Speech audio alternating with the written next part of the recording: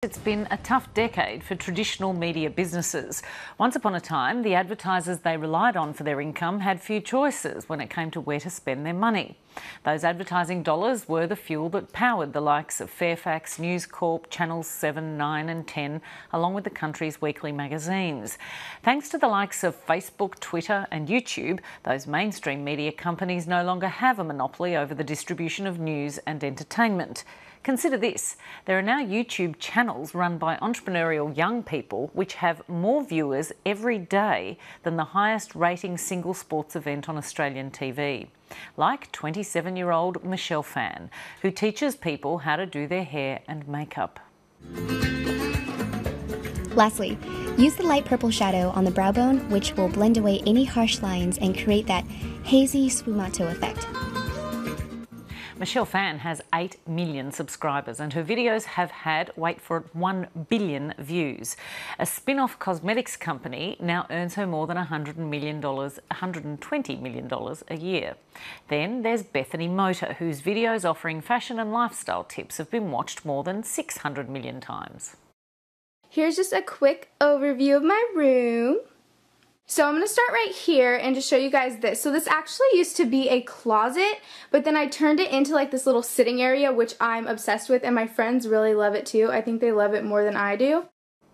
So Bethany Motor, that 20-year-old, recently signed a sponsorship deal with a fashion house that paid her $50 million. Both are also wresting valuable advertising dollars away from regular media channels. All these international online stars are in Sydney for the annual YouTube Fan Fest. One of the biggest local heroes is 20-year-old actor and singer Troye Sivan from Perth. His millions of followers on YouTube helped propel his debut album to #1 on the iTunes charts in 55 countries.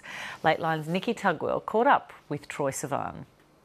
Today I thought I'd show you a day in the life of Troye Sivan.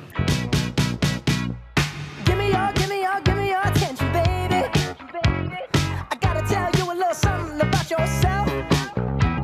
You're wonderful, flawless, ooh, you a sexy lady. Troye, you've got almost 3 million Twitter followers. You've got 3.5 million subscribers to your YouTube channel. You're an accomplished actor. Your album Wild was released last week and went straight to #1 in Australia. You're only 20 years old. When are you going to pull your finger out and do something with your life? I don't know. I guess I need to get working on something soon. Try. He's coming for you, yeah, he's coming for you. All the other kids with the pumped up kicks, you better run, I'll run my gun. Troye, your success is all the more remarkable because it started with you writing a song and posting it on Tumblr from your bedroom. At what point did you know that that was your breakthrough moment, and how old were you at the time? I was probably about 17 when I wrote The Fault in Our Stars. And I don't wanna let this go, I don't wanna lose control, I just wanna see the stars with you. I uploaded it to YouTube and about a week later I got an email from EMI Music Australia, and it was just basically an email to start conversations about basically starting to pursue music more professionally, and that was probably the moment where I was like, this could turn into something bigger than I originally anticipated. How did things progress from there? Basically I went straight into the studio and started writing, and I'd written songs, like you said, in my bedroom a lot and kind of done it all at home. Just because it's a really peculiar situation, you meet someone and then within 5 minutes you kind of have to be telling them all of your deep, dark secrets so that you can write a song that means something and a song that's personal. And so, yeah, it was just a lot of studio time, a lot of writing sessions, and basically just like fine-tuning and honing in on exactly what I wanted to say and how I wanted it to sound. In the crowd alone, and every second passing reminds me I'm not home. Is there a certain pressure that comes with that level of success at such a young age? I think so. I think it's largely pressure from myself, just because I want to make sure constantly that I'm creating the best thing that I've ever made, and up until now, I feel like I've managed to kind of keep up with that pressure. Have you ever felt awkward posing for photos? 100% yes, 1000%. I tend to just like immediately, as soon as I'm out of my comfort zone, just like touch my face a lot, like. 'Cause I just wanna look good for you. Time magazine rated you as one of the world's most influential teenagers. How has fame changed your life?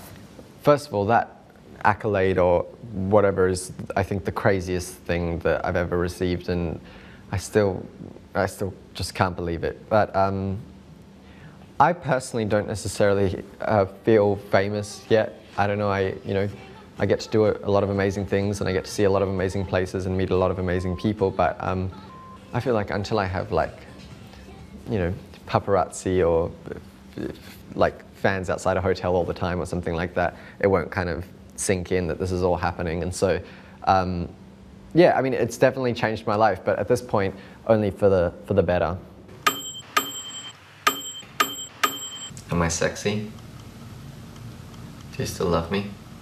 How do you feel about fame? Is it something that you desire? I guess I'm a little bit scared of it, but it's something that I think I've always thought was cool ever since I was little. I see people like Michael Jackson, and I had the Spice Girls, their tour documentary. Seeing stuff like that, I was just like, wow, what would it feel like to have that many people love you and love what you do? What's the proudest moment of your career to date? I'd say posting my coming out video onto YouTube. That moment for me is obviously a huge moment personally for me, but I also feel like it's the thing that's affected and helped the most people. I want you guys to know that I'm gay. I'm terrified. I know that some people are gonna have a problem with this. I know that this could kind of change everything for me, but it shouldn't have to, and that's why I'm making this. That was really brave of you, by the way, to to come out to millions of followers on YouTube as a teenager as well. Do you feel being true within yourself like that has also enabled you to open up creatively in new ways?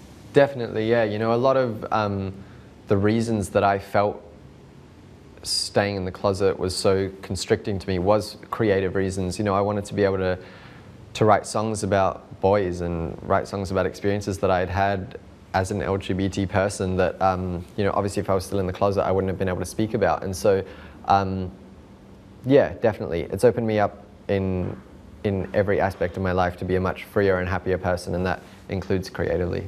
You talk about the life of a young gay person and their coming out experience and how parents react to that situation and how it can almost define their lives.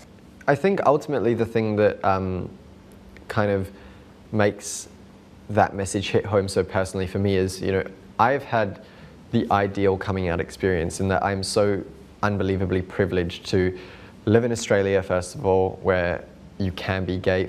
Okay, fine, you can't get married yet, but that's coming. You can be gay without getting killed for it and, without being sent to jail. And then I wanted to just show how easy it is to deal with this the way that it should be dealt with, and how catastrophic it can be if it's not dealt with right.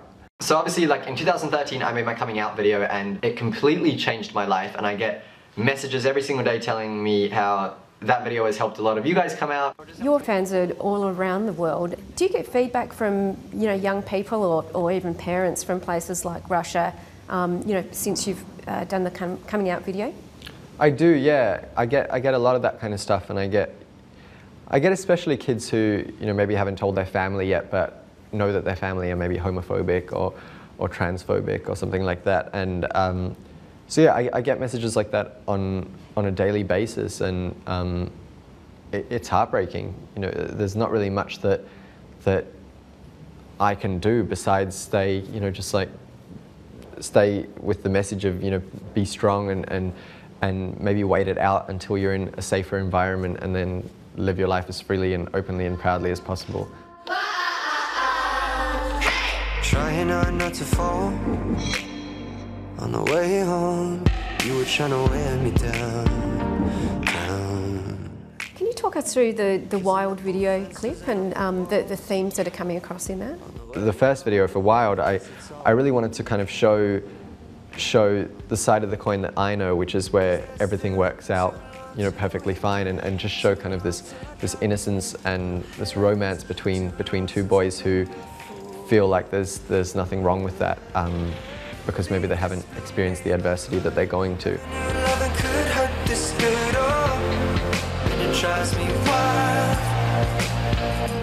Do you see more and more opportunities opening up for people who are talented in any field via YouTube and similar sites? Definitely, yeah. You know, I think music is in a really incredible time right now where it's been completely democratized, and you can come from the most isolated city in the world, which I actually do, Perth, and still live all of your dreams.